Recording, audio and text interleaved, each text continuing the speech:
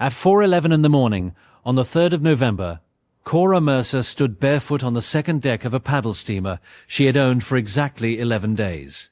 She had paid $10 for it.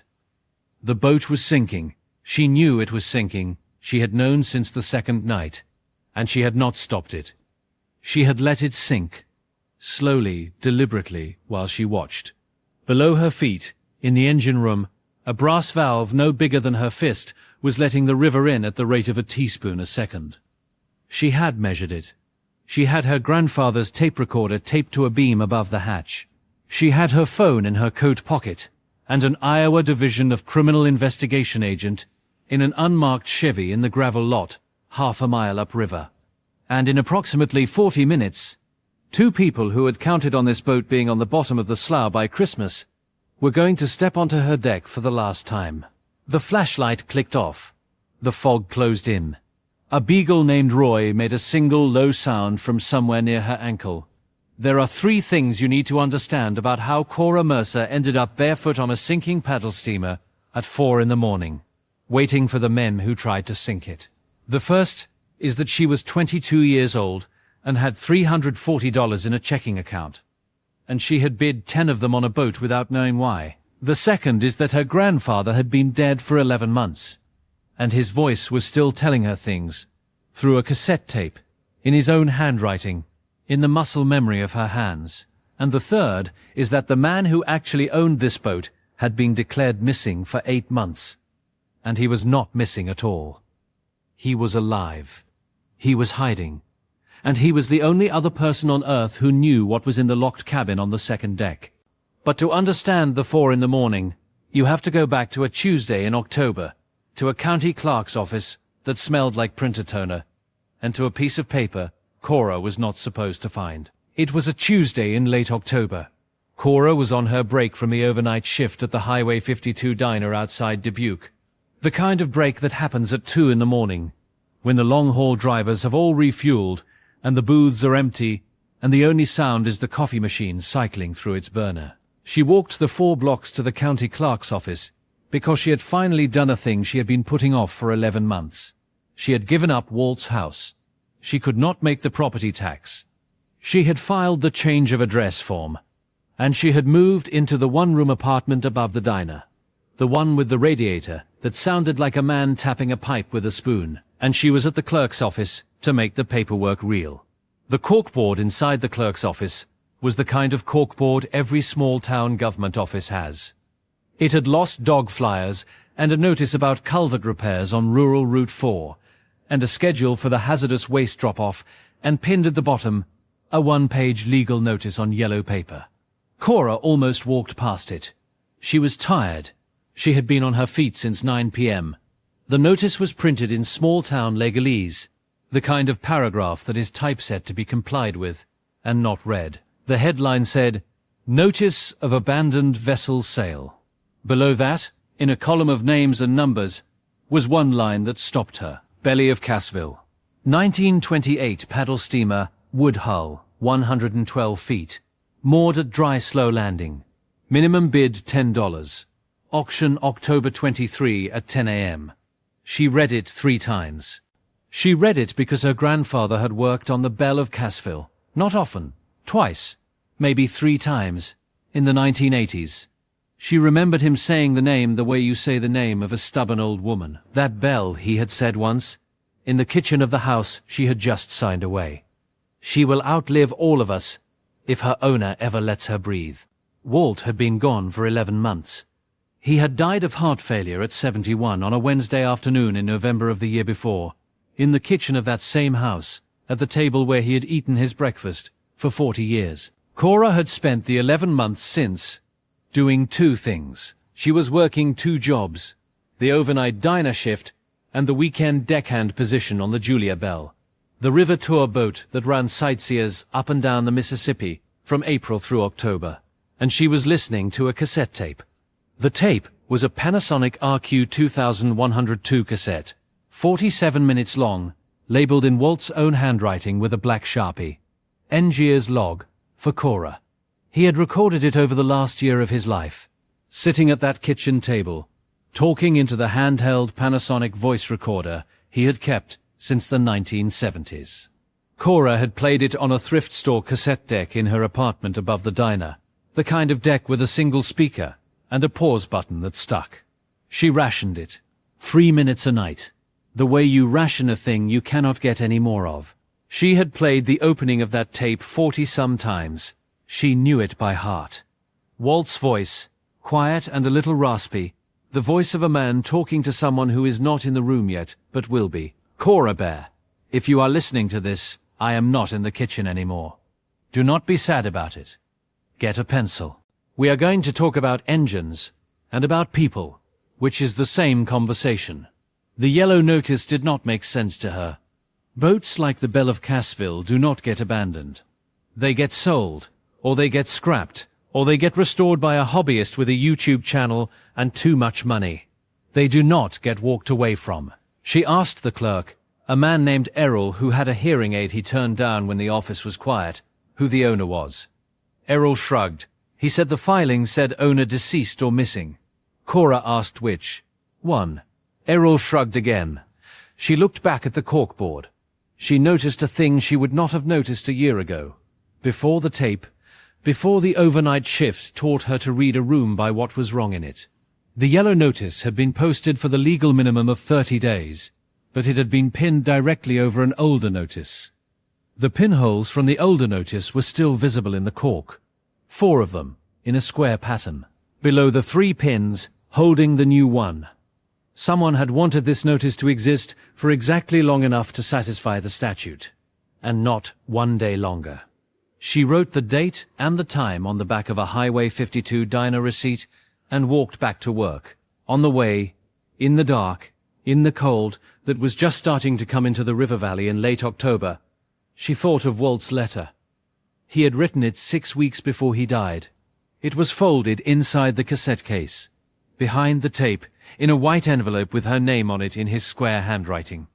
She had carried it in her wallet for 11 months. She had not reread it. She did not need to. She knew the one line in it that mattered. She could feel it through the leather of the wallet against her hip. You will know a crooked boat before you know a crooked man, and the boat will tell you first. She went back to the diner counter at 3 a.m. She refilled coffee for a long-haul driver named Marcus who was running empty to Minneapolis, and who did not look at her. She thought about a boat she had not seen in 15 years, and about the pinholes in the cork, and about the $10 minimum bid, and about the word missing, and about how Errol the clerk had not known the difference between deceased and missing, and about how the person who posted that notice had known the difference perfectly well, and had chosen the word that could mean either. Cora drove out to Dry Slough Landing on her day off, October 17th. 6 days before the auction. She wanted to look at the bell before she decided anything. The slough was 6 miles north of Dubuque, off a county road that turned to gravel and then to 2 ruts in the grass. You smelled it before you saw it. Backwater smell, leaf rot and diesel, and the cold mineral breath of a river that is moving slowly enough to grow things in it. The bell was tied to a dock with 3 lines that did not match each other. One was nylon, one was manila, one was a piece of tow strap that had been knotted into a loop. She was listing 14 degrees to starboard, which Cora knew on sight, the way some people know the tilt of a crooked picture frame. Her paddle wheel was housed in a peeling red box. Her wheelhouse windows were boarded over from the inside, which Cora noted because boards go on the outside if you're securing against weather. She looked exactly like a boat that nobody loved. Cora stood on the dock for 9 minutes. She did not get on board. Walt had taught her that you do not board a strange boat alone, not even to look. What she did was listen. She listened to the way the bell creaked against her lines. She listened to the slow, asthmatic suck of water somewhere inside the hull, a sound she had heard before, in Walt's tone of voice, in the particular way he used to say the words taking on. And she watched the waterline. The waterline was wet, 8 inches above where it should have been dry. The boat was filling. Slowly, steadily, not in a way that looked like a failure of the hull, in a way that looked like a tap left running in a basement. Cora did not know yet that this was the Seacock. She knew only that something was wrong, and she knew that something being wrong is not the same as something being old. She drove back to her apartment. She sat on the edge of the bed with the cassette deck on her lap and the pause button held down with her thumb, and she played minutes 4 through 7 of the tape. She wrote down what Walt said on the back of her electric bill, in her own handwriting, which was smaller than his and rounder, the handwriting of a young woman who has not yet learned to write fast. A boat lies the way a person lies, by what she will not show you. Get under her, look at her belly. The truth is always in the bilge. She made a list on the back of the electric bill. The list had 4 items. 1. The boat is taking on water. 2. The notice was posted to be missed. 3. The owner is deceased or missing, but Errol does not know which. 4. The minimum bid is $10. She underlined $10 3 times. Then she wrote, in a single line beneath the list, the first thing she had written that was not a fact but a thought. Somebody wants this boat to disappear, and they are losing patience. That was the moment of decision. Not heroic, not committed, not a plan. She just did not want this boat to disappear quietly, because Walt had worked on it once, and because the math was wrong, and because she had $340 and 1 cassette tape, and a beagle that followed her around her apartment, as though he was also waiting for something to happen. The plan, if you could call it a plan, was a sequence of small, practical moves a young woman with no resources and no connections could actually make. She would show up at the auction. She would bid $10. She would walk away with whatever happened. If she got the boat, she would board it once, in daylight, with Walt's old toolkit and with Roy. She would find the leak.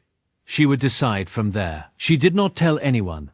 She did not tell her mother, who lived in Davenport, and would have told her not to. She did not tell her best friend Janelle, who would have posted about it. She told only the beagle. Roy's response was to thump his tail once on the linoleum and fall asleep. She pulled Walt's toolkit down from the closet. It was a 1970s Craftsman steel box, dented, with a stenciled WM on the lid in black paint that had faded to grey. She had not opened it since the day she packed up his house. Inside was a socket set, 2 crescent wrenches, a brass plumb bob, a flashlight with corroded contacts. She cleaned the contacts with a pencil eraser, until the beam came back. There was a magnetized stud finder she knew she would not need, and at the bottom, folded into a chamois cloth that smelled faintly of the 3-in-1 oil Walt used on his hinges, was a Panasonic handheld voice recorder, the same brand and vintage as the cassette deck. She tested it. The microphone still worked. The cassette inside was blank. She put the recorder back in the toolkit. She did not sleep on the night of the 22nd. She lay on top of the covers in her clothes, with Roy at her feet, and listened to the radiator in the next apartment kick on and off. At 3 in the morning she got up and played minute 11 of the cassette. Anybody can tell you a boat is sound. Only the water tells you the truth, and the water takes its time. She sat with that one for a while. She sat with it the way you sit with a thing a dead person says, that you wish they had said while they were still alive to say it to your face. Then she turned the tape off, and she lay back down, and she waited for the morning. At 6 a.m. on October 23rd, Cora Mercer was dressed in jeans and Walt's old canvas barn coat, sitting in her 2004 Honda Civic in the parking lot of the county building, waiting for the auction to start. She had $340 in her checking account. She had 10 of it in cash, paper-clipped, on the passenger seat. She had Walt's toolkit in the trunk. She had Roy at home, on the couch, watching the door. She did not yet know that the auction had been arranged for her not to show up.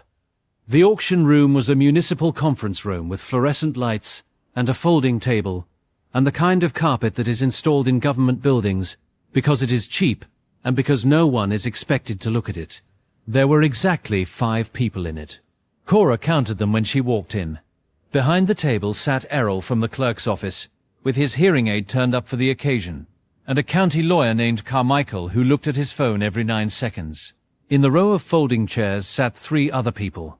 The first was a tall man in a Carhartt jacket, who introduced himself to no one in particular and to the room at large, as Dale from the dock. The second was a thin man with a clipboard and a Marine Surveyor patch sewn on his vest, Pete by the name on the patch.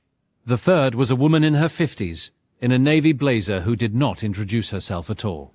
She had a leather portfolio in her lap, and a small gold pin on her lapel shaped like an anchor.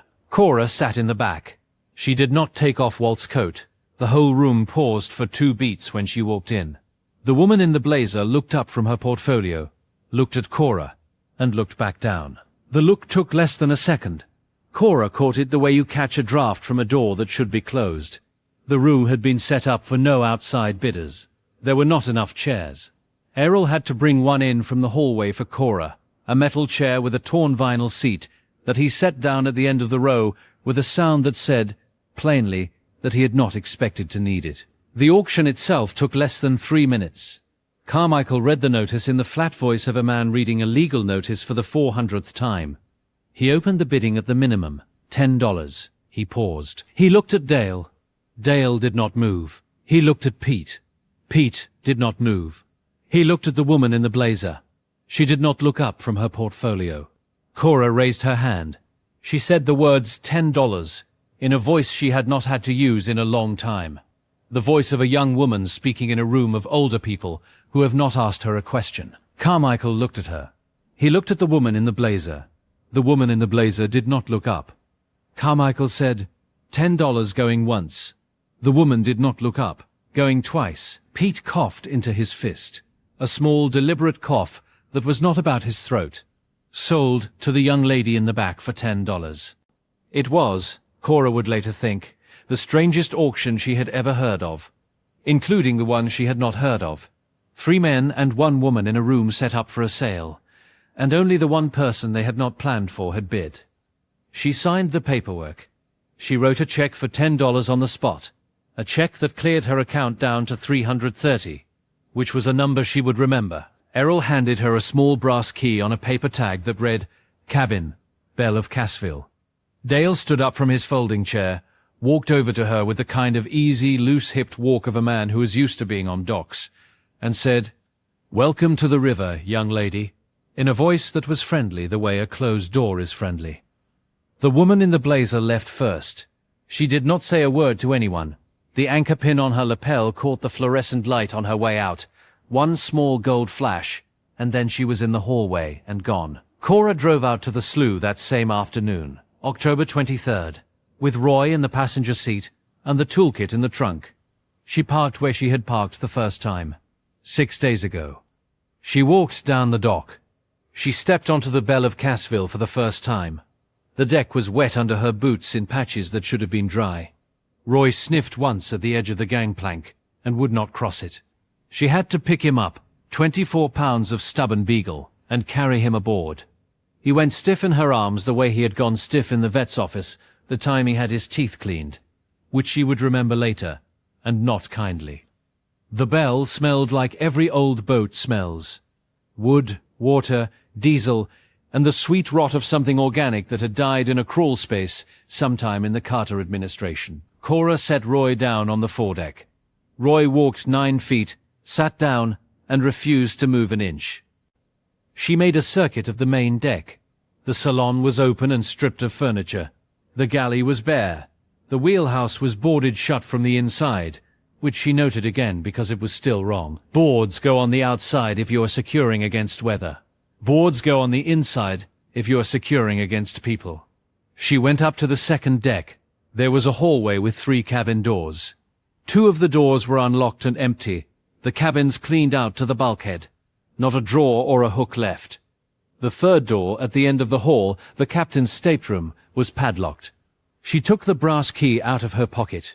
She tried it in the padlock. The key did not fit. Cora had expected it not to fit, in the part of her mind that had been waiting since the auction room, in the part that had counted the chairs and noted the cough, and seen the anchor pin. She turned the key over and looked at the head. It was a generic warded key. Brass. Small. The kind of key that opens a mailbox or a cheap filing cabinet.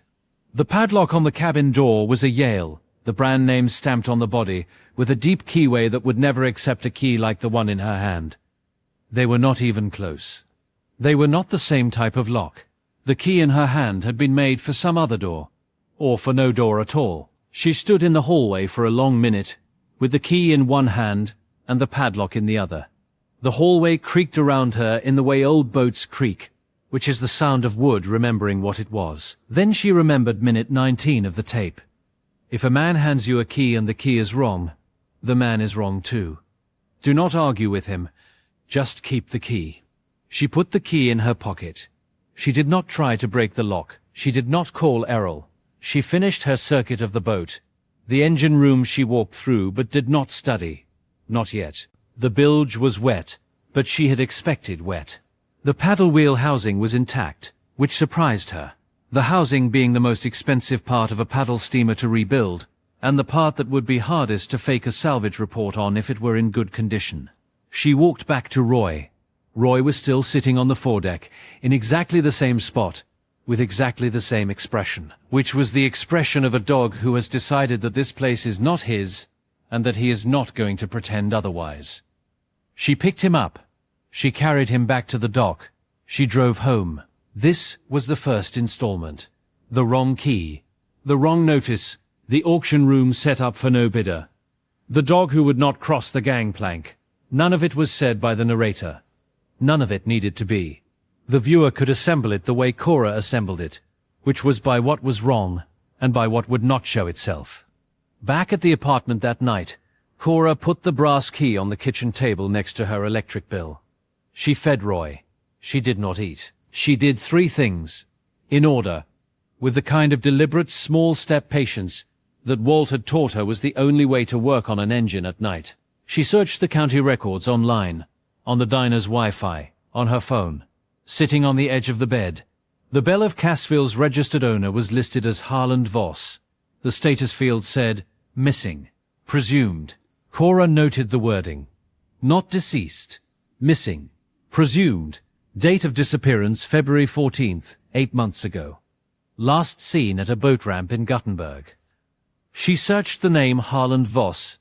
A local news item from February came up. A small paragraph in the Dubuque Telegraph Herald. Gothenburg man vanishes. Truck found at boat ramp. There was a photograph attached. A photograph of a man in his 60s with a white beard holding a striped bass at the rail of a boat. She looked at the photograph for a long time. She did not know it yet, but she was looking at the face she would see, 11 days from now, in a framed photograph on the desk inside the locked cabin. She played minute 26 of the cassette. There is a valve under every floor on every boat I ever worked. It is called the Seacock. It can drown a ship in 11 days if you are patient. I have seen patient men, Cora. They are the worst kind. She sat with that one for a long time. She sat with it the way you sit with a thing that has just named something you did not know had a name. Patient men. The worst kind. Then her phone buzzed. It was a text from a number she did not have saved. The text read, "Heard you bought a boat. Welcome aboard, Dale." Cora had not given Dale her phone number. The county paperwork did not include her phone number. She had not written it on the check. She had not written it on the bill of sale. She had not said it out loud in the auction room. The only place her phone number existed in connection with the Belle of Cassville was in her own head. She did not reply. She lay on the bed. Roy was at her feet. At 2:14 a.m. She got up, got Walt's Panasonic voice recorder out of the toolkit, put a fresh battery in it from the drawer of take-out menus and rubber bands and dead batteries she kept by the stove, and tested the microphone. It worked. She practiced turning it on without looking at it, by feel, from inside her coat pocket. She practiced in the dark for 40 minutes, pressing the record button with her thumb through the canvas of Walt's barn coat, until she could do it without the red light catching her eye, and without the click of the button making a sound she could hear. By the time the radiator in the next apartment kicked on at 4 in the morning, Cora Mercer had made 3 decisions. She was going to go back to the boat. She was going to find a way into the locked cabin. And she was going to start writing down everything she saw, the way her grandfather had written down everything he saw. Because the boat was telling her something, and somebody else was trying very hard to make sure she did not hear it. She did not know yet what was in the cabin. She did not know yet about the Seacock. She did not know that the woman with the anchor pin had already, that same evening, made a phone call about her. She knew only that the key was wrong, and so the man was wrong, and so something else, something much bigger than a $10 boat, was wrong too. Cora returned to the Bell on October 24th, the day after the auction, with the toolkit, with Roy, and with one specific thing she had not brought the first time. It was a small set of lockpicks she had owned since she was 16. Walt had taught her to pick a lock on his own back door, the one to the mudroom, on a Sunday afternoon, because, he said, every grown person should be able to get into a room they are locked out of, including their own. She had never used the picks on someone else's door. She had used them 6 times on her own. She picks the padlock on the captain's cabin in 11 minutes. It is not a hard lock. The fact that it is not a hard lock is itself a clue, because if this room held what they wanted hidden, they would have used a better lock. They used a cheap Yale because they did not expect anyone to ever try. The door opens. The captain's stateroom was the size of a walk-in closet. It had a bunk built into one wall, a small desk built into the other, and a porthole that faced the river. It had not been swept in years. The dust on the desk was thick enough that Cora could see, when she leaned in, the rectangle of clean wood where something had been recently moved, and the smaller, fresher rectangle, where something had been recently set back down in not quite the same place. On the desk was a maritime ledger, green canvas binding, the kind of book her grandfather used to keep his engine hour logs in on the Julia Bell.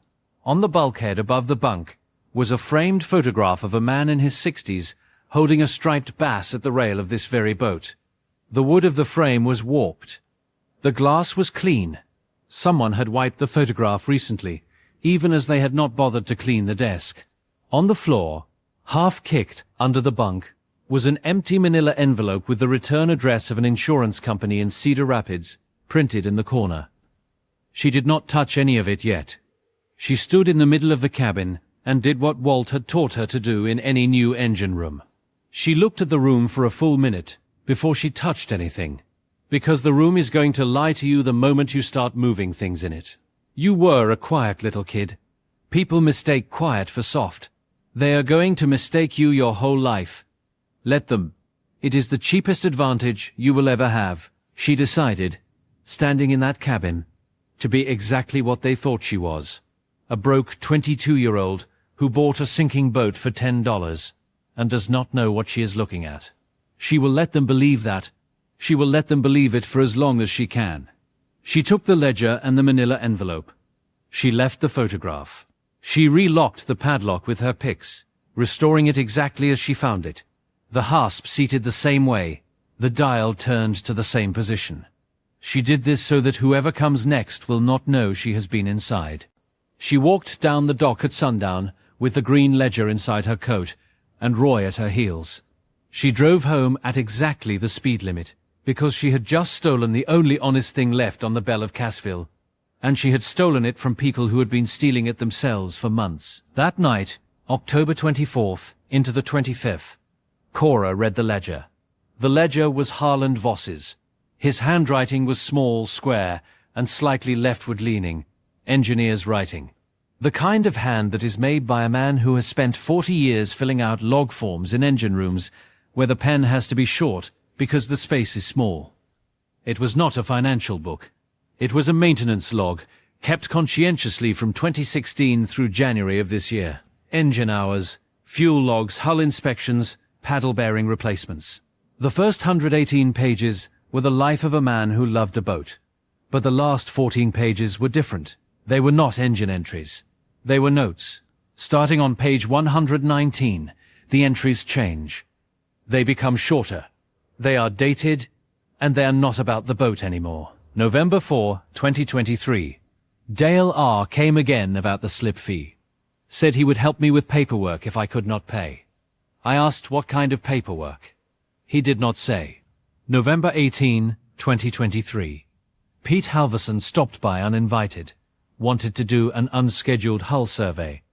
I told him no. He said the county had a right. I told him to bring the county. December 9, 2023. Linnea called. First time in 9 years. Asked if I had updated my beneficiaries since Marie passed. I said I had not. She said maybe I should. December 22, 2023. I do not believe the Maybelle Lou actually sank by accident. Asked around. 3 other boats in this county in the last 2 years, same story. Owners left town, boats sank. Salvage company is the same on all 3. Pete Halverson signed all 3 reports. January 30, 2024. They are coming for the bell. I can feel it the way you feel a front coming in. I do not know what to do. I am 63 years old, and the only person on this river who I trust is a dead man named Walt Mercer, who used to work on this boat and told me once that he had a granddaughter who knew engines. February 12, 2024. I am going to disappear for a while. I am going to leave the truck at the Guttenberg ramp. I am going to a cabin I know. I am going to wait until somebody honest finds this book. If you are reading this, please find me. The cabin is the one on Pigeon Creek, 8 miles east of Prairie du Chien. The green one with the bent stovepipe. HV. The ledger had her grandfather's name in it. Walt had known Harland. Walt had told Harland about her. She had to sit down on the floor of her apartment for a few minutes, with the ledger on her knees and Roy's head on her foot, because the dead man in the kitchen had been more active in the life of this river than she had known, and because the inheritance was not a cassette tape and a barn coat. The inheritance was a name, passed from one old man to another, waiting in a locked cabin on a sinking boat for a girl who had not yet come. I did not have much to leave you. I left you what I knew. Hands and ears, and the patience to listen to a hull. That is a whole inheritance, if you use it. Cora made 2 decisions. First, she will go to Pigeon Creek. But not yet. If she goes now, and they are watching her, she will lead them straight to him. Second, she will go back to the bell, find the leak Harland's father of a boat would never have allowed, and document it. She does not yet know it is the Seacock. She knows only that the bell is taking on water, and her owner predicted she would be. At 3 a.m., she sat at the kitchen table with a spiral notebook and a ballpoint pen and copied every page of the ledger by hand, page by page, the engineer's handwriting reproduced in her own rounder hand. Because she did not trust the boat, she did not trust the apartment, and she had read enough to know that the original ledger was now an object men would hurt her to recover. On October 27th, Cora went back to the bell. She went alone. She left Roy at home because Roy had refused to cross the gangplank the first time and had sat on the foredeck the second time and had made his position clear. And Cora respected the position of a dog who knew what he did not like. She had a more specific mission this time. She had read enough of the ledger to know that Harland kept his engine room journal current, which meant he had been watching the engine room, which meant whatever was killing the boat was in the engine room. She found the Seacock at 4:17 p.m. on October 27th. It was a brass valve below the waterline on the starboard side of the engine room, mounted into the hull where the original cooling water intake had been. It was open, not all the way. About a quarter turn from closed, which is what made it almost invisible to a walk-through inspection. River water was coming in through it at the rate Cora measured by holding a teaspoon under the flow for 10 seconds. The valve was not corroded. The valve had been turned recently. The handle, when she looked at it under her flashlight, had a fingerprint in the verdigris, a thumb-shaped clean spot where someone had recently gripped it and turned it. She did not close it. She thought about closing it for a long time. She knew that closing it would save the boat. She also knew that closing it would tell whoever opened it that someone else had been here. So she did not close it. Not yet.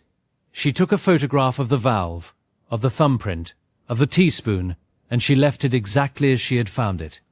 Then she went up to the second deck, and she set a trap of her own. She set up her phone, propped on a coil of rope in the wheelhouse, lens through a porthole angled at the dock. She turned on the long-form video recording. She set the phone to silent. She left it. She drove home. She did not sleep. She came back at 5:30 a.m. on October 28th and retrieved the phone. The battery was dead. She had not expected 8 hours from a phone on full recording. But the phone had died at 3:11 a.m., which meant it had recorded from 9 p.m. to 3:11 a.m. She watched the footage on her laptop at the diner during her break that night, sitting in the back booth with the screen tilted away from the counter. At 2:47 a.m., headlights swung into the gravel lot at the slough. 2 men got out. The taller one was Dale Reinhold. The thinner one was Pete Halverson. They walked down the dock. They boarded the Bell without hesitation, without pausing at the gangplank, without looking back. They had done this before. They went directly to the engine room hatch. They were down there for 19 minutes. When they came back up, Pete was wiping his hands on a rag. Dale was on his phone. The audio was faint, phone microphone faint, through a porthole from 40 feet away, but Cora could make out one phrase from Dale. Walking back up the dock. Another, 2 weeks should do it. She remembered then Walt's voice on the tape, the line about patient men. She did not replay the fragment. She did not need to. It was in her the way a song is in you, in the body, not in the ear. Cora would set her own bait. She would let Dale think she is quitting. She would tell him she is overwhelmed, in over her head that she is selling for parts. She will make him relax, and then when he relaxes, she will hand the recording to someone with a badge. On October 30th, Cora called Dale Reinhold. She had rehearsed the call for 2 days in her head, on the drive to work, in the mirror at the apartment, while Roy watched from the couch with the expression of a dog who has seen a human do a strange thing and is waiting for the explanation. She told him, in the voice of a girl who is in over her head, that she has decided to sell the boat for parts. She told him she had no idea what she was getting into. She asks if he can recommend a salvage company. Dale was too happy on the phone. He said yes. He said he knows somebody. He says he will come by the slough that afternoon to take a look at it with her, talk through options. She agreed. She thanked him. She sounded on the phone exactly 22.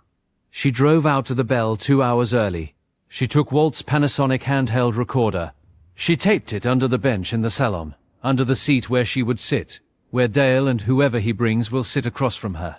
She tested it twice. She practiced casually, starting it from inside her coat pocket. Dale arrived at 2:15 p.m. He did not come alone. He brought the woman in the navy blazer. Cora had been expecting Pete Halverson. The woman she had not been expecting was the woman from the auction. The woman with the leather portfolio and the anchor pin, and the look she had given Cora across a folding table room. Up close, in the salon of the Belle of Cassville, the woman did not look 50. She looked 54 or 55, with the careful makeup of someone who has spent a great deal of effort not looking the age she is. She smelled very faintly of a perfume that did not belong on a boat. Linnea Voss Krieg, she said, and held out her hand. I am the family representative. Cora shook her hand. She had started the recorder before they came aboard. The little red light on the device, 4 feet below them under the bench, was steady. Linnea did most of the talking. She was smart, careful, condescending in the way of people who have decided in advance that you are not a threat. She told Cora she understands. She herself had once tried to take on a project boat and walked away from it. She tells Cora that there is a way to make this easy. She has a salvage company that can come this weekend. They will give Cora $500 for the hull. Cora can walk away. The boat will be towed and dismantled. Cora will have made 4,900% on her investment, Cora asked, sounding 22, who actually owned the boat. Linnea paused just slightly and said, My brother-in-law, Harland. He passed away earlier this year. Dale did not move. Linnea's phone buzzed during the conversation. She glanced at it. She apologized, stepped out onto the deck to take it. Cora could hear her through the open salon door because the river was quiet and the wind was right. Linnea said into the phone, Yes, the policy figure is 340. We are filing on the 4th. She will sign the bill of sale Saturday and the boat will be off the books by then. The recorder caught all of it. The voices of 2 people who had counted on a 22-year-old being what she looked like, planning a fraud while believing themselves unobserved on a sinking boat in a quiet slough in late October. Cora signed nothing. She told Linnea she would think about it. She told them she would have an answer by Saturday, November 2nd. She walked them off the boat. She was shaking, but only after they had driven away, because she had held it in the way Walt had taught her to hold things in, which is not by being brave, but by having something to do with your hands. Then she did the only thing she had not done yet. She got in her Honda and drove east. She crossed the river at the Dubuque Bridge. She drove 90 minutes into Wisconsin, to Pigeon Creek, 8 miles east of Prairie du Chien, on a county road that turned to gravel, and then to a single track through pines that had been there since before any of them were born. She pulled up to a small green cabin with a bent stovepipe, late afternoon light slanting through the trees, and a man in his 60s stepped out onto the porch, with a Remington 870 held low and ready, because he had not expected anyone to find him alive. Cora rolled down the window and said the only thing she had rehearsed on the drive over. "My name is Cora Mercer. My grandfather was Walt. He told you I knew engines." The man on the porch lowered the gun. He looked at her for a long time. He looked the way Walt had looked at her once, when she was 12 and had figured out, on her own, why his outboard would not start. And he had stood in the driveway with his hands on his hips, and a look on his face that was not pride exactly, but something quieter and more complicated than pride. "Cora Bear," Harland Voss said, in a voice he had not used in 8 months. "You should not have come alone." Before we go inside the green cabin with the bent stovepipe, before Harland Voss tells Cora Mercer what he has been waiting 8 months to tell anyone, a small ask. There is a button below this video that says subscribe. If you have followed Cora this far, if you want to be here when the trap closes on the river at 4 in the morning, that button is the only way the story finds you next time. Take a second, hit it, then come back inside the cabin with us. Harland is pouring coffee, and he is finally ready to talk. You have seen what Cora has seen. The wrong key, the opened valve, the conversation on the deck. The police will not act until Saturday at the earliest. They need the bill of sale to close the loop. Would you keep going? Or would you walk away, take Linnera's $500, and let the river have the bell? The cabin had 2 rooms, a wood stove, a cot, a camp lantern. A radio Cora did not see him turn on the whole time she was there. There was a coffee pot on the stove and 1 mug. Harland Voss made her another by emptying out a glass jar of pencils. He was 63. He had owned the Belle of Cassville since 1998. He had bought her from his cousin, who had bought her from a tourism company in St. Louis that had gone bankrupt in the 80s. He had restored her himself, slowly over 25 years, working on her in the winters when the river was iced and the slough was quiet, replacing planks and recaulking seams and rebuilding the paddle wheel bearing blocks, one at a time, with a hand lathe he kept in his garage. He had been planning to give her, not sell her, to a maritime museum in La Crosse when he died. He had told no one this plan except his wife Marie, who had died of cancer 2 years ago, and his sister-in-law Linnea, who had come to the funeral and stayed in his guest room for 4 nights, and apparently used some of those nights to go through his desk. The first sign of the scheme was a boat called the Maybelle Lou. November 2021, sank at her mooring in Clayton County. Owner had vanished. 6 months earlier, Pete Halverson certified the salvage. The policy paid out $310,000 to the named beneficiary, who was a woman the owner had been seeing for less than a year, and who Harland had met once and disliked instantly. The second was a boat called the River Jane. April 2022. Same story. Dubuque County this time. Owner left town, boat sank, Pete signed, policy paid. The beneficiary was a man no one in the river community had ever heard of. The third was the Esther B. in Jackson County, late 2022. By then, Harland was paying attention. The fourth was the Maybelle Lou's sister boat, the Etta May, in Alameda County, summer 2023. All 4 boats were wood-hulled paddle steamers or pre-war rivercraft.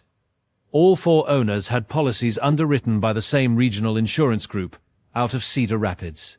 All 4 salvage certifications were signed by Pete Halverson. All 4 abandonment filings were processed by Dale Reinhold or his counterpart in the next county over, a man named Gary Tisch. And all 4 payouts, when Harland finally got a friend who used to work for the State Insurance Commission to dig, ran through accounts that traced back through 2 LLCs registered in Iowa and 1 in Delaware to Linnea Voss Krieg. When Linnea called him in December and asked about his beneficiaries, Harland understood what was being scheduled. He was the next boat. He was the next policy. He was the next payout that would run through an LLC in Delaware to a woman who had been on the school board for 11 years and was married to a man who played golf with 2 assistant United States attorneys. He could have gone to the police. He thought about going to the police. He did not go to the police, he told Cora, because Dale Reinhold was the county dockmaster, and Pete Halverson was the marine surveyor the state was required to consult on any river property case. And Linnea Voss Krieg had been on the school board for 11 years and was married to a man who played golf with 2 assistant United States attorneys. Harland was a widower in his 60s who lived on a boat. He did not think they would believe him fast enough to keep him alive. So he disappeared. He left his truck at the boat ramp at Guttenberg on February 14th. He walked 4 miles to a friend's house, borrowed a car, drove to this cabin, which had belonged to Marie's father, and he had been here ever since. He had been waiting. He had not known what he was waiting for. He thought maybe he was waiting for an investigator with a badge to find his ledger. He had not been waiting for a 22-year-old girl with a $10 boat and a beagle in her passenger seat. When he said this, Cora put the cassette case on his kitchen table. She did not play it. She just set it there, between the pencil jar and the coffee pot, on the scarred wood. Harland looked at the cassette label. He looked at the WM in the corner where Walt had signed his initials in marker. He looked at Cora across the table, in the grey light of a Wisconsin afternoon in late October. And his face did a thing that Cora recognized because she had seen it on Walt's face in the last months of his life, which was the face of a man who is tired of being alone with what he knows. "He told me about you," Harland said. "He said if anybody ever pulled the same kind of stunt on me that he had seen done to a man named Earl Tisdale in 1991, his granddaughter would figure it out." He smiled, very slightly. "He overestimated you, I think." "No, sir," Cora said.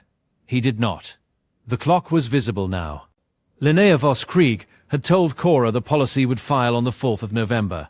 The bill of sale for the Bell would need to be signed by Saturday the 2nd. Today was the 30th. Cora had told Linnea she would have an answer by Saturday. That gave her 3 days. In those 3 days, 4 things had to happen, in order, or the trap would not close. Cora had to get Harland off this porch and back into the world without anyone knowing he was alive.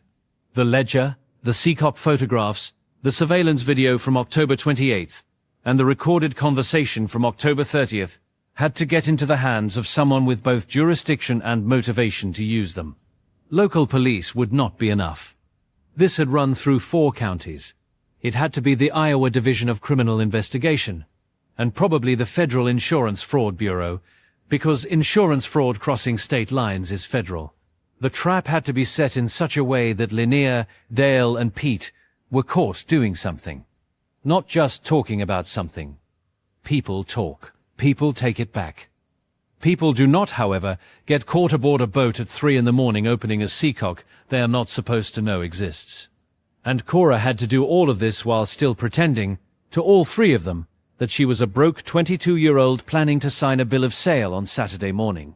Harland said it out loud, in the small cabin, with the wood stove ticking and the camp lantern hissing, and the pencil jar sitting between them like a thing that had been there so long it had become furniture. "You go back tonight. They are going to be watching you. Dale knows where you live. Linnea has your phone number. They know what your car looks like, and they know what time you work at the diner. You disappear for 10 hours, and they will get nervous. You disappear for 24, and they will move the timeline up." "How fast can they move it up?" Cora asked. "They can sink her tonight. They can file the claim by close of business tomorrow. If they think you have gone to the police, they will burn what they have on the Bell and disappear into the next one." Cora did not panic. She did the thing Walt had taught her to do when something complicated happens in an engine room. She did the next physical step. And only that step. She drove back. She did not call ahead. She got back to her apartment at 11 p.m. on October 30th. She turned the lights on. She made a sandwich. She let Roy out into the alley behind the diner, to do his business on the gravel where he always did it. She did everything she normally did. She gave them no reason to move. Then, at 1 a.m., she did 2 things. First, she emailed, from a free account she created on the diner's Wi-Fi, a single zip file to a tip line. The file contained the Seacock photograph with the thumbprint, the time-stamped video from October 28th, the recording from October 30th, and a scanned copy of 14 pages of Harlan's ledger. The body of the email said, "This is happening on the Belle of Cassville at Dry Slough Landing, Dubuque County. The owner is alive. Please call this number after 6 a.m. Then her cell phone number. Second, she called Harlan on a burner phone she bought in cash the next morning from a gas station in East Dubuque, and she told him the plan she had thought of on the drive back. A plan that used the only thing they had that the conspirators did not. The fact that Cora was 22 and broke and supposedly clueless, and that Linnea, Dale and Pete had already decided what she was. On Saturday morning, November 2nd, Cora would not sign the bill of sale. She would tell Linnea she needed one more day. She would say she had found something in the cabin. She would not say what. She would be vague. She would be 22 about it. They would panic. They would not be able to wait. They would come to the boat at night, the way they always did, to make sure that whatever she had found could not be found again. And when they came aboard, the DCI agent who had received the email and the Coast Guard investigator who had been quietly looking at Pete Halverson's salvage certifications for 6 months would be on the boat across the slough, with binoculars and a warrant. The trap would not close on what Dale and Linnea said. It would close on what they came back to do. The DCI agent called Cora at 6:42 a.m. on October 31st. His name was Agent Vasquez. He listened for 19 minutes. He said he would be at the apartment over the diner at 8 p.m. that night. He told her not to go to the boat in the meantime, and he told her to live her life exactly as if nothing is happening.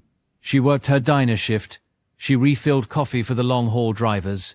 She did not look at her phone. At 4:13 p.m. on the 31st, while Cora was carrying a tray of cheeseburger plates to the booth by the window, a man in a Carhartt jacket walked into the diner and sat down at the counter. He ordered coffee. He did not look at Cora. He did not have to. Dale Reinhold could see her in the mirror behind the pie case, and Cora could see him, and they both knew the other knew. He stayed 41 minutes. He left a $5 tip. He did not say a single word to her. Cora's hands shook the whole rest of her shift. She did not drop a single plate. Agent Vasquez arrived at the apartment at 8:11 p.m. on October 31st. He was 40-something, plain clothes, soft-voiced, and he sat down at Cora's kitchen table and listened to the cassette tape for the first time without saying a word. He listened to minute 1. He listened to minute 4. He listened to minute 11. He took the headphones off and looked at Cora across the table, across the electric bill and the brass key and the spiral notebook and the cassette case, and the laminated diner menu she had been using as a mousepad. "That is quite an inheritance," he said. "Yes, sir. You understand what you have done here. You have gathered enough on your own to make a federal case. You have also done about 4 things that are going to give a defense attorney heartburn. The lockpicking, the unauthorized recording across state lines, the email from a fake account." "I know," Cora said. "I am not saying you should not have. I am saying we have 3 days to do the rest of it right." Vasquez approved the plan with adjustments. The trap was the same. Let them come aboard on the night of November 2nd into the 3rd. The differences were these. The phone and microphone surveillance Cora had been running became formal recorded evidence. A pen register-style audio device would be placed in the salon by a Coast Guard investigator named Lieutenant Mara Doyle on the morning of November 2nd. During a routine inspection, Dale and Pete would be told about so they would expect normal county business on the boat that day. Harlan Voss would come out of hiding on the night of the 2nd. He would be taken into protective custody and his missing person status corrected with the state. He would not be on the boat. Cora would be on the boat. This was Vasquez's hardest swallow. He proposed using a decoy.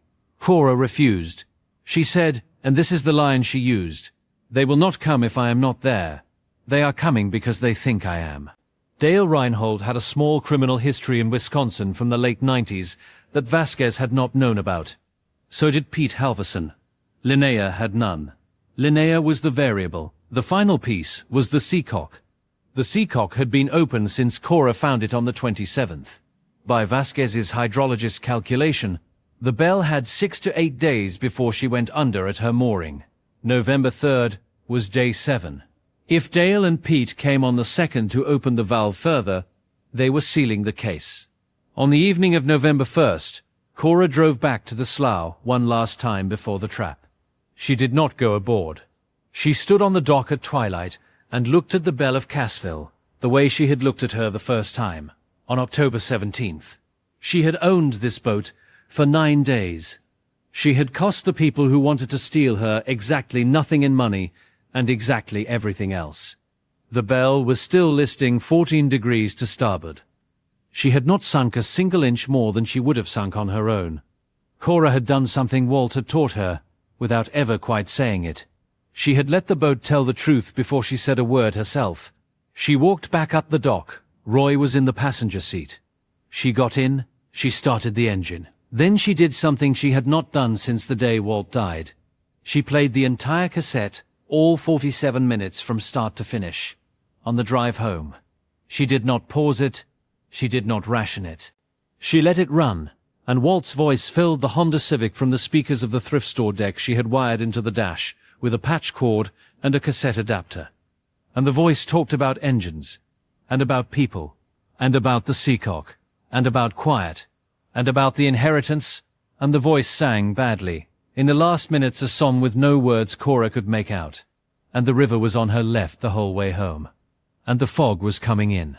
At 3:48 a.m. on the 3rd of November, Cora Mercer climbed back aboard the Belle of Cassville in the dark. The fog had come in off the river the way fog comes in this far north in November.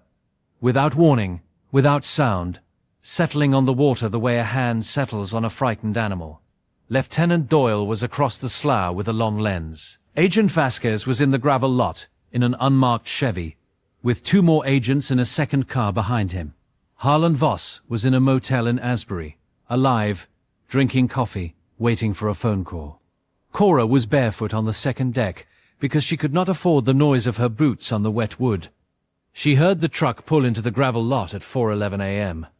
4:11 a.m., truck doors, 2 of them, Carhartt jacket and a thinner figure carrying a small bag. They walked down the dock. They are not talking. They have done this a dozen times. 4:13 a.m., Dale steps aboard first. Pete second.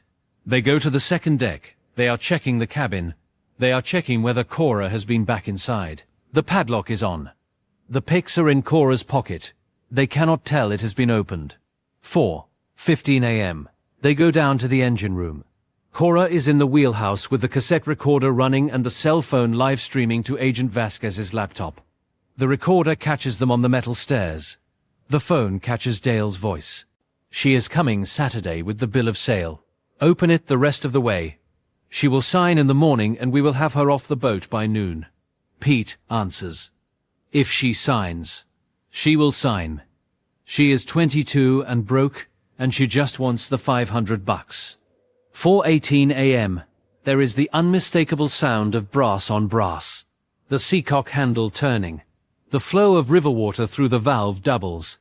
Pete laughs at something Dale says. Cora cannot make out what. 4:21 a.m. They come back up. They are about to leave. 4:22 a.m. Headlights swing into the gravel lot. A second car. Then a third. Then a county sheriff's truck behind both of them. Dale knows before Pete does. Dale has been a county dockmaster for 16 years, and has been crooked for at least 7 of them, and he knows the configuration of headlights that means law enforcement before he knows his own name. Pete says, "What is that?" Dale says, "Run." They make it 8 feet up the dock before Lieutenant Doyle steps out from behind the Belle's paddle wheel, housing with her sidearm drawn, and tells them to put their hands where she can see them. She has been on the boat for 40 minutes. She has been waiting in the housing, behind the wheel, in a coat the color of wet wood. Cora comes down from the wheelhouse. She is still barefoot. She does not say a word. She walks past Dale and Pete on the dock, and she does not look at either of them. The third car holds Agent Vasquez and a federal agent named Reyes, from the FBI's insurance fraud unit. Linnea Voss Krieg is arrested at her home in Galena, Illinois, at 7:14 a.m. that same morning by an Illinois State Police lieutenant who has been parked on her street since 5:30 a.m. She does not run. She opens the door in a silk robe and asks if there has been an accident. The lieutenant tells her, "No, ma'am, there has not." There has been an arrest. Cora sat on the dock with Roy at her feet. Roy had been in Agent Vasquez's car the whole time, deposited at the dock at 3:45 a.m. A paramedic put a thermal blanket around Cora's shoulders because her bare feet had been on wet wood for 40 minutes in 39-degree fog. Roy put his head in her lap and sighed the deep, full-body sigh of a dog who has been waiting for a thing to be over and is now, finally, satisfied that it is. Lieutenant Doyle drives Cora home at 6:15 a.m. Roy is in her lap. The Belle of Cassville is still afloat. Pete Halverson has closed the seacock for them, with handcuffs on, under instruction, before they took him off the boat. The boat will stop sinking.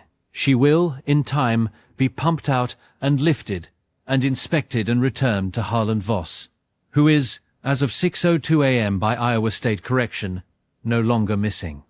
At 7 a.m., in her apartment over the diner, in the grey light, Cora takes the folded letter out of the cassette case, where it has been since the day Walt's lawyer handed it to her, 11 months ago, and she reads it from the beginning to the end. She has read this letter exactly twice before, once on the day she received it, once on the day she signed away the lease on Walt's house. She has never read it out loud. She reads it out loud now. She reads it to Roy. The cassette deck is on. The cassette is on minute 43. The letter says, "Cora, there are crooked boats on this river. I have known about some of them for years, and I was too tired to do anything. I am sorry for that. You will know a crooked boat before you know a crooked man, and the boat will tell you first. If you ever find one, finish what I did not. Grandpa." Cora folds the letter back along its creases. She puts it inside the cassette case. She closes the case.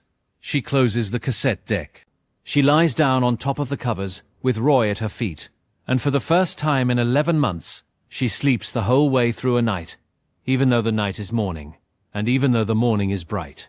Dale Reinhold pleaded guilty in February to 2 counts of conspiracy to commit insurance fraud and 1 count of obstructing a federal investigation. He received 6 years in federal custody, of which he is expected to serve 4. He has not, to anyone's knowledge, expressed remorse. He has, however, written 3 letters from federal prison to his daughter, who is 23, and who has not opened any of them. Pete Halverson cooperated.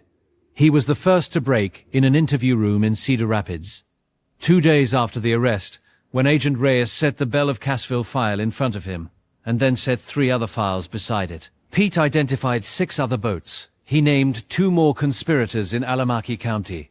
He received 4 years and an agreement to testify. He has, by all accounts, become a quiet man who reads in his cell. Linnea Voss Krieg did not break. Linnea Voss Krieg fought the charges for 11 months, through 3 different defense teams, and lost at trial in October of the following year, on 22 of the 28 counts the government brought. She received 11 years. She is the only one of the 3 who, on the day she was led out of the courtroom, looked back across the gallery at the bench where Cora Mercer was sitting. Cora was sitting with Harland Voss and with Lieutenant Doyle. She was wearing Walt's barn coat. Linnea looked at her for perhaps 2 seconds. The look did not contain remorse. The look contained, in the way of people who have spent their lives mistaking quiet for soft, a kind of late, useless surprise. Cora did not look away. The 4 other boats, the Maybelle Lou, the River Jane, the Esther B., the Etta May, were re-examined. 2 of the 4 missing owners were located alive, one in Arkansas and one in eastern Tennessee, both hiding for the same reasons Harland had hidden. The other 2 were not located. Their families received the truth, finally, that the boats had not been the only thing taken. The insurance company is, slowly, in the way insurance companies do, paying back what was paid out. Cora was not paid. Cora did not ask to be paid. Cora had paid $10 for a sinking boat in October, and she had been paid back in the way Walt had said inheritances were paid back, which was in the use of what she already had. Cora did not keep the Belle of Cassville. People who heard about the case assumed she would. The county auction had been ruled void by a judge in late November, on the grounds that the boat had not been legally abandoned in the first place. The auction had been a step in a crime, and a crime cannot grant title. The Belle returned to Harland Voss in early December, after she was pumped out and lifted on a barge crane, and inspected by a marine architect from St. Paul, who declared, to Harland's quiet relief, that the wood under the waterline was older than anyone thought, and tougher than anyone had a right to expect. Harland asked Cora what she wanted. Cora said she wanted to learn engines on a boat that was not broken. Harland offered her an apprenticeship. He had no children of his own. His wife Marie had been gone 2 years. He was 63, and the boat needed someone younger to know her the way he knew her. Because the museum in La Crosse would not take a paddle steamer that nobody alive could run. And he was, he said, getting tired of being the only one alive who could run her. Cora accepted on the condition that she keep her shifts at the diner for 1 more year, because the apprenticeship paid in skill and not in money, and because Roy had developed a friendship with one of the long-haul drivers, a woman named Pat, who came through Tuesdays and Thursdays and brought Roy a piece of bacon every time, and Cora did not have it in her to interrupt this arrangement. Harland said he understood.